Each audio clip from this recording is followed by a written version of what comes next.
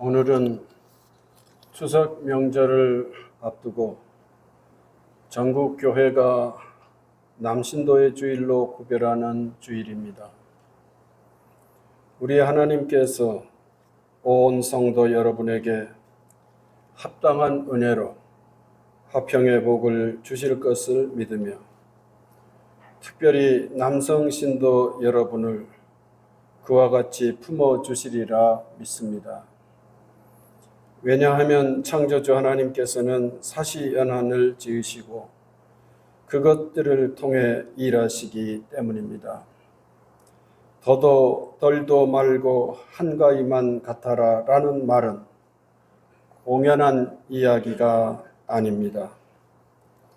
명절을 앞두고 신경 쓸 일들도 많겠습니다마는 이렇듯 남신도의 식구들을 따라 하나님께 예배를 드리기에 우리 모두가 지니는 고백이고 소망인 줄 압니다.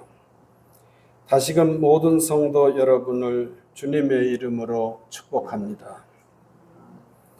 오늘 우리는 이 복된 시간에 아주 중요한 내용을 살펴보려고 합니다. 그것은 성경에 깃든 주제와 관련된 것입니다. 즉 하나님께서는 성경을 통해 무엇을 중심으로 말씀하시는 것일까 하는 의논이 되겠습니다. 어떤 이는 그것을 정의라고도 하며 평화 혹은 샬롬이라고도 말합니다. 성경에 나타나는 하나님의 말씀은 그야말로 정의가 무엇인지를 본격적으로 보여주고 더 나아가 온 피조세계가 주님의 샬롬으로 충만하기를 원하는 것이기에 이러한 의견은 타당하다고 할 수 있겠습니다. 또 어떤 이들은 사랑 혹은 인애, 이스라엘 말로 헤세드라고도 말합니다. 사랑, 인애, 즉 헤세드는 성경의 중심 내용이어서 하나님의 성품을 대변한다고 말합니다. 어떤 분들은 복음 전도, 영어로 미션을 꼽기도 합니다. 하나님께서 우리 믿는 이들을 통하여 온 세계에 하나님의 창조 질서, 그 복음의 내용을 증거하기 원하시기 때문에 복음 전도야말로 미션이야말로 성경의 중심 주제다라고 생각합니다. 저는 이런 내용들이 다 일리가 있다 생각하고 교우 여러분도 동의하리라고 믿습니다. 그러나 오늘 우리는 그 성경의 중심 내용, 그것을 오늘 우리의 상황하고는 조금 다를 수 있지만서도 죄라고 꼽고 싶습니다. 앞서 우리가 언급했던 내용들은 분명 옳은 바가 있습니다마는 성경은 놀랍게도 인간에게 깃든 죄를 알지 않고서는 저 옳은 주제들을 합당하게 이해할 길이 없다고 말하는 까닭입니다.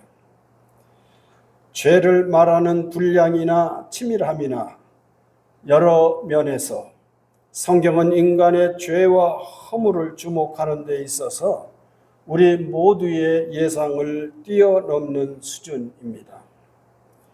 죄는 그야말로 창세기로부터 요한계시록에 이르기까지 언급되지 않는 것이 없으며 죄는 하나님의 샬롬까지도 좀먹는 치명적인 파괴력을 지니고 있다고 여실히 보여주고 있기 때문입니다. 그런 뜻에서 이 뜻깊은 주일에 모든 성도가 이 중요한 성경의 주제를 주목하기를 원하는 것입니다. 그리고 다음 세 가지 내용을 언제든지 기억하는 신앙인이 되기를 원합니다. 특별히 남신도의 식구들이 그리하시기를 기원합니다. 첫째, 인간의 실존은 죄입니다.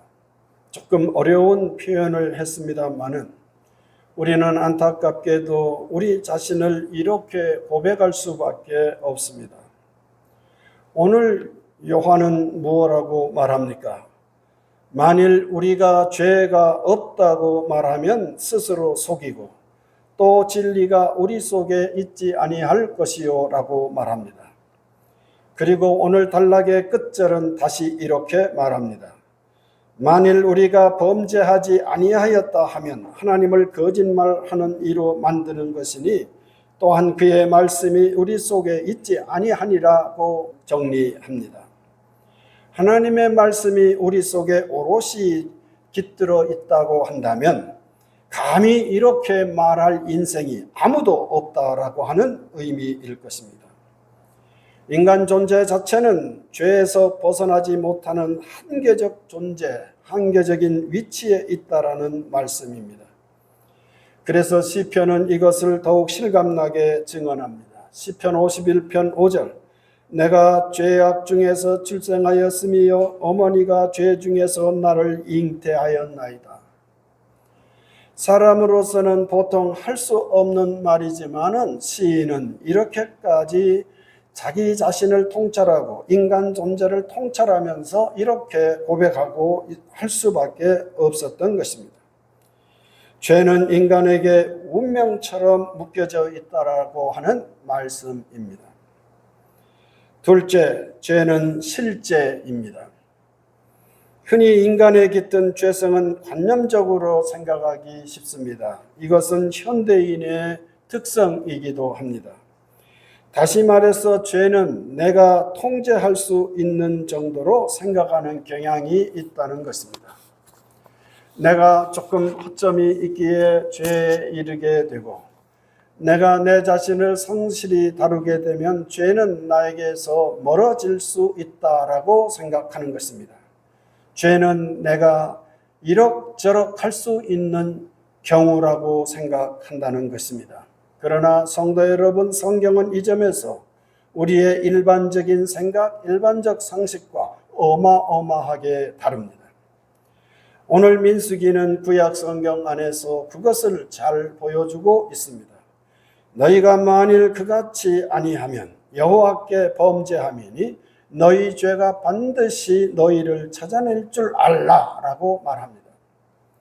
오늘 저희가 편의상 끊어서 한 구절만 택하여 읽었습니다마는 이 단락은 이스라엘 12지파가 가나안 땅에 들어가게 될 때 르벤 지파, 갓 지파 그리고 므낫세 반 지파는 요단강 동편에 미리 정착하였고 그리고 그들은 가나안 진입 작전에 참여하지 않을 수도 있음을 모세는 염려하면서 여기에 대한 경고의 말씀을 주시는 중에 한 구절입니다. 그런데 모세가 경고하는 중에 만약 너희들이 먼저 요단 동편에서 토지를 허락받고 그리고 자녀들과 가축들과 함께 거기에 거주한다고 해서 요단강 건너 새로운 땅에 진입해서 이스라엘 백성들이 약속의 땅을 수납하는 그 일과 관련해서 만약 참여하지 않으면 그럴 수도 있지 않겠어요? 우리는 이미 땅을 분배받았는데 우리가 굳이 저 너머 땅에까지 참여할 일은 없지 않습니까? 이렇게 만약 말한다면 너희 죄가 반드시 너희를 찾아낼 줄 알라라고 말합니다. 이 의미는 만약 너희들이 그런 판단을 하고 그런 행동을 실행에 옮긴다면 너희들이 심판을 면하지 못할 것이다 이런 의미인데 모세는 너희들이 벌을 받을 것이다 심판을 받을 것이다 이렇게 말하지 않고 너희 죄가 반드시 너희를 찾아낼 것이라 라고 하는 묘한 표현을 하고 있다는 점입니다. 보통은 우리가 죄를 짓고 지으려고 하고 그렇게 사람이 그런 경우에 주어이지 않습니까? 그런데 여기서는 죄가 주체가 되고 주어가 되어 죄 지을 자를 찾아 죄 짓도록 한다는 아주 낯선 표현을 하고 있다는 점입니다. 보통은 죄를 관념적으로 생각하기 쉬운데 오늘 모세는 죄를 인격화하는 놀라운 발상을 하고 있습니다. 죄가 그냥 우리들 머릿속에 들어있는 어떤 생각이나 그런 정도가 아니라 내가 무엇을 행하는 것처럼, 내가 주어가 돼서 주체가 돼서 내가 무엇을 하는 것처럼 죄도 자신이 주체가 되고 주어가 돼서 자기 자신의 일을 할 수 있다라고 하는, 듣도 보도 못한 놀라운 발상을 하고 있다는 점입니다. 성도 여러분, 이것을 주목해야 합니다. 성경은 시간이 지나면서 이 인격화된 우리 인간의 죄성, 죄와 연결되려고 하는 이 성향, 이것을 두 단어로 말해버립니다. 그게 뭐예요? 사탄 혹은 마귀라고 말을 합니다. 이 사탄은 여러분 관념이 아니고요. 성경에서는 마귀가 그냥 우리들이 상상하는 어떤 그런 경우가 아니라 사탄은 인격을 지닌 존재고 마귀는 자기 힘을 지니고 있고 그것을 발휘하는 실력자라고 성경은 분명하게 말하고 있습니다. 죄는 스스로 힘을 발휘한다는 것입니다. 그리고 인간을 외통수로 몰아간다는 것입니다. 그것을 바울 사도는 무엇라고 말합니까? 로마서 6장 23절에서 죄의 싹슨 사망이요 하나님의 은사는 예수 우리 주 안에 있는 영생이니라고 말하고, 고린도전서 15장 56절에서는 사망이 쏘는 것은 죄요 죄의 권능은 율법이니라고 말하면서 표현은 달리 했습니다마는 죄는 권능을 지니고 세력임을 이렇게 보여주고 있습니다. 성도 여러분, 이제 세 번째는 그 죄는 예수님으로 말미암아 씻음받게 된다는 점입니다. 오늘 요한 1서에서 요한 사도는 그가 빛 가운데 계신 것 같이 우리도 빛 가운데 행하면 우리가 서로 사귐이 있고 그 아들 예수의 피가 우리를 모든 죄에서 깨끗하게 하실 것이요 라고 선언합니다. 성경은 이렇게 우리 인간의 존재가 죄와 뗄 수 없는 관계임을 말하는데 주저하지 않고 그 죄가 스스로 자기 힘을 지니고 있는 그런 실제임을 말하는데 주저하지 않고, 그리고 그 인간에게 이렇게 어쩌면 운명적인 것 같은 이 죄는 예수 그리스도의 보혈로 온전히 소멸되는 것임을 주저하지 않고 이렇게 증거합니다. 성도 여러분, 이 세 가지 내용은 잊지 마시고 신앙생활을 감당하신다면 복된 이 신앙의 길을 완주할 것이라고 믿습니다. 아멘. 이제 성경에서 죄를 보았다면 우리 삶과 연결해서 죄를 생각해 보고 싶습니다. 저는 이 내용도 가능한 생각이라고 믿습니다. 무슨 생각입니까? 앞서 우리는 거의 운명처럼 사람은 죄에 노출되기 쉽다 그랬는데요. 도대체 이런 경우는 언제 그렇게 될 가능성이 높을까라고 묻는 것입니다.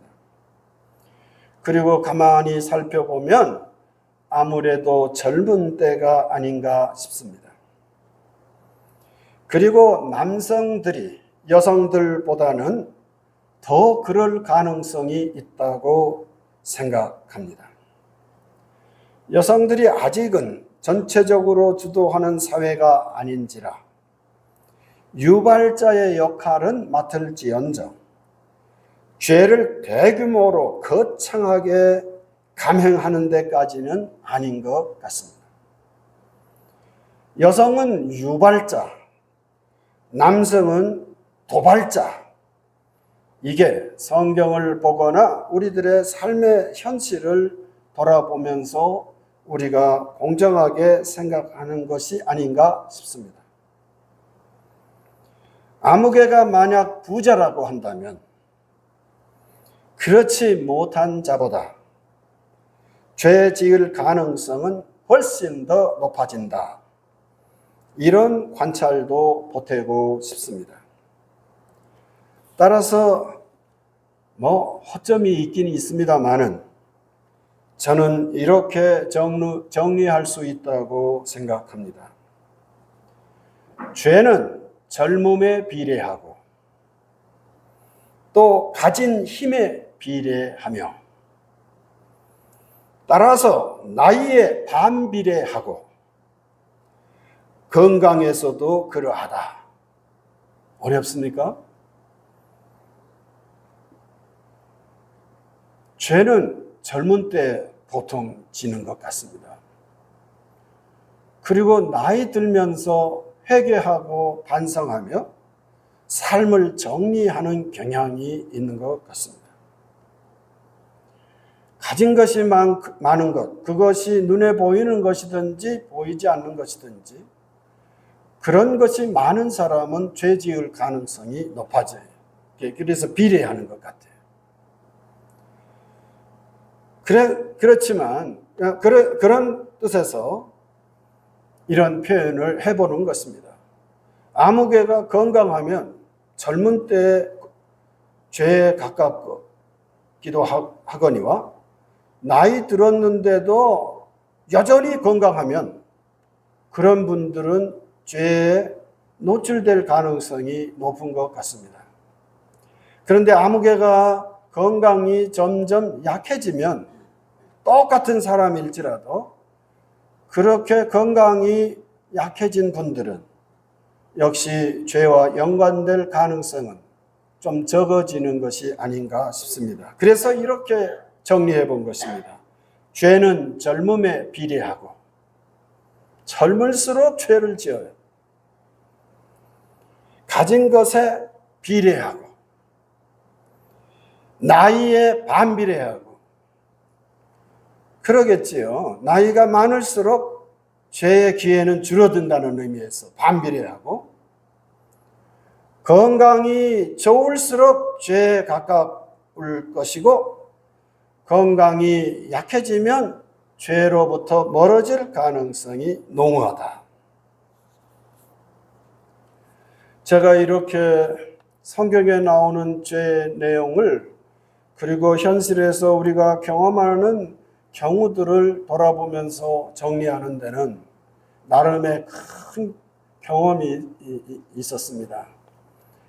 제가 한두 번은 한 것 같습니다만 어느 날 교회 차량을 운행하면서 제가 그 지점도 잊을 수가 없거든요. 강대 후문 쪽을 지나는데 제가 아마 조금 길을 잘못 들었는지 그런 생각도 얼핏 들지만 큰 잘못을 하지는 않았다고 생각합니다. 동아아파트 쪽으로 건너가는데 제가 차선을 잠깐 변경했어요. 그런데 정말 굉음이에요. 요즘 급발진 사고들도 가끔 보도되지만 그것에 버금갈 만한 아주 굉장한 차 소음이 나도록 운전을 하더라고요. 그렇게 하면서 바로 이렇게 이쪽으로 가니까 아마 제 오른쪽이겠죠. 운전석 옆으로 차를 바짝 대면서 쫙 멈추고 깜짝 놀라니까 저도 조금 멈칫했겠잖아요. 그리고 아마 지금도 제가 원래 원고에는 이렇게 썼어요. 유리창이 깨지듯 제 마음은 그 조각이 났고 그 조각이 난 그때의 기억은 지금도 시퍼렇게 남아있다. 이렇게 써봤어요. 이게 뭐가 이렇게 깨진다는 거 있잖아요. 쫙 유리창이 깨지듯 쫙 깨지는데 저라는 존재를 완전히 깡그리 깨버리는, 부셔버리는 그런 소리가 들리는 것이었습니다. 그러니까 듣도 보도 못한, 제가 그동안에 여기서 흉내를 낼 수가 없을 정도의 듣도 보도 못한 욕이 터져 나오는 것이었습니다. 그런데 그때 우리 교회는 교회 차량에 교동교회라는 것을 새겼잖아요. 그래서 그 뒤로부터 교회 차량에 이름 새기지 좀 맙시다. 제가 그렇게 좀 호소하는 거예요. 웬만한 상식을 지닌이라면 물론 자기 선을 방해했다는 것에서 좀 분노할 수는 있을 거예요. 그렇지만 차량에 교회 차량이네, 그리고 운전자가 좀 나이 먹은 것 같네, 그러면 하고 싶어도 그냥 뭐 하는 거냐고, 왜 나를 방해합니까? 한번 소리 지르고 갈 수 있잖아요. 근데 교회 이런 것과는 전혀 그에게는 가만, 뭐라고 그래요? 이 경우에 이렇게 가만해 주는 그런 것이 없이 소리를 아주 내지르는 것이었습니다. 그리고 샥 지나가요. 무슨 대꾸 해볼 시간, 기회도 주지 않아요. 그런데 그는 젊은이였습니다. 공교롭게도 그가 타고 있는 차는 제가 그런 거 잘 모르는 입장임에도 불구하고 아주 비싼 차였습니다. 그는 기고만장한 젊은 나이에 지닌 것이 꽤 있는, 자기의 노력보다는 조상으로부터 물려받은 것 같은 느낌이 드는 그런 대단한 위세를 과시하면서 자기 길을 방해했다. 그런 마음으로 그렇게 소리를 지르고 횡하니 추월해 갔습니다. 앞서 제가 말씀드린 그 죄 짓는 법칙에 딱 들어맞는 경우였습니다. 그는 젊었고 그는 가진 것이 많았으며 그는 자랑할 것이 많은 사람이었습니다. 그의 자부심은 하늘을 찔렀기에 눈에 뵈는 것이 없고 그것은 고스란히 그에게 우리가 생각하는 죄가 되어 그에게 돌아갔던 것입니다. 남성 신도 여러분, 왜 이 귀한 복된 남신도 주일에 우리들은 거북하게 여길 수 있는 주제인, 그러나 아니, 성경은 가장 많이 이 주제를 반복하고 있어요. 저는 이번에 다시 한번 성경을 헤아리면서 성경이 정의에 대해서 많이 말했으면 좋겠다는 바람으로 다시 한번 기억해 봤습니다. 왜냐하면 우리 교단이 성경에 등장하는 정의의 근거에서 한 시대를 향해서 메시지를 전했기 때문입니다. 우리 교동교회도 표본이라고 할 수 있습니다. 그래서 성경이 정의에 대해서 너무나도 많이 말을 하니까 그 교회가 그렇게 말을 했고 정의가 확립되어 가는 이런 시점에 우리 교동교회는 모두의 주목을 받는 사랑받는 교회가 되었으면 좋겠다는 생각으로 한번 돌아봤어요. 그런데 놀랍게도, 참으로 놀랍게도 성경은 정의를 말하긴 하지만 죄에 비해서는 분량에 있어서나 치밀함에 있어서나 비교할 수 없을 정도로 성경은 오히려 죄에 대해 많이 말을 하기에 오늘 우리는 이 구별된 주일에 한 번 더 주목하는 것입니다. 남성 신도 여러분, 젊어서 짓는 허물 죄어른 온전히 짐이 되어 나이 들면서 후회라는 과정을 거쳐가게 된다는 사실 주목하시기를 빕니다. 인생 여정은 사실상 대부분 이렇게 이어지는 것 같습니다. 어떤 사람은 이것을 조금 더 실감나게 경험하는 분도 있지만 이 관찰에서 벗어나는 분은 없어요. 나이 드는데도 젊은 때 그 성깔이라든지 그 어떤 습성이라든지 그런 방식으로 누군가에게 상처를 주거나 혹은 죄를 짓거나 그러는 분들은 거의 없더라고요. 다 지난 시절을 돌아보면서 내가 왜 그때 그렇게 행했나?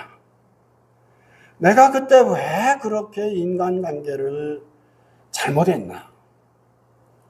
어떤 분들은 이것이 참 마음에 부담이 돼서 존재의 걸림돌이 되어서 나로 인해서 부담을 경험했던 이들이 자유로워졌으면 좋겠습니다. 이렇게 진심으로 고백하고 할 수만 있으면 사과하는 기회를 가지려 하더라고요. 이게 인생 여정이에요. 남성 신도만이 아니라 여성 신도도 마찬가지겠지만 앞서 말씀드린 것처럼 죄와 연관되는 영역이나 깊이의 면에서 여성보다는 남성이 더 그럴 가능성이 높기에, 강도가 높을 수 있기에 남성 신도 여러분에게 기억하시라는 말씀을 드려보는 것입니다. 그리고 우리는 이 말을 공유하고 싶습니다. 인생을 제대로 관찰하고 잘 살아가는 분들은, 지혜로운 분들은 이렇게 말하는 경향이 있습니다. 지금이 가장 젊은 때다. 지금이 가장 젊은 때다. 힘을 내서 살라는 말이겠습니다. 그럴 것입니다. 지금이 가장 젊은 때예요. 지금이 가장 좋은 때예요. 누구에게라도 지금이 가장 좋은 때예요. 그렇지만 우리가 지금까지 생각해 본 바에 따른다면, 죄라고 하는 관점에서 본다면 젊은 때는 위험한 때입니다. 지금이 딱 이 표현대로 한다면 지금이 딱 죄짓기 좋은 때예요. 왜냐하면 우리 일생에 있어서 지금이 가장 젊은 때이기 때문입니다. 그래서 성경은요, 누군가 그는 지혜롭다고 말하고 우리도 공감해요. 지금이 가장 젊은 때예요. 근데 성경은 지금이 젊은 때라고 말하지 않더라고요. 낙심해서 내가 이렇게 살아왔는데 지금 앞으로 또 어떻게 살아야 할지 모르겠어. 그런데 우리 사람들은 지금이 젊은 때요. 왜 걱정해? 이렇게 말하지만 성경은 한 번도 지금이 젊은 때라고 말하는 법이 없었습니다. 성경은 지금을 뭐라고 말합니까? 이사야서 55장 6절, 너희는 여호와를 만난 만한 때에 찾으라. 가까이 계실 때에 그를 부르라.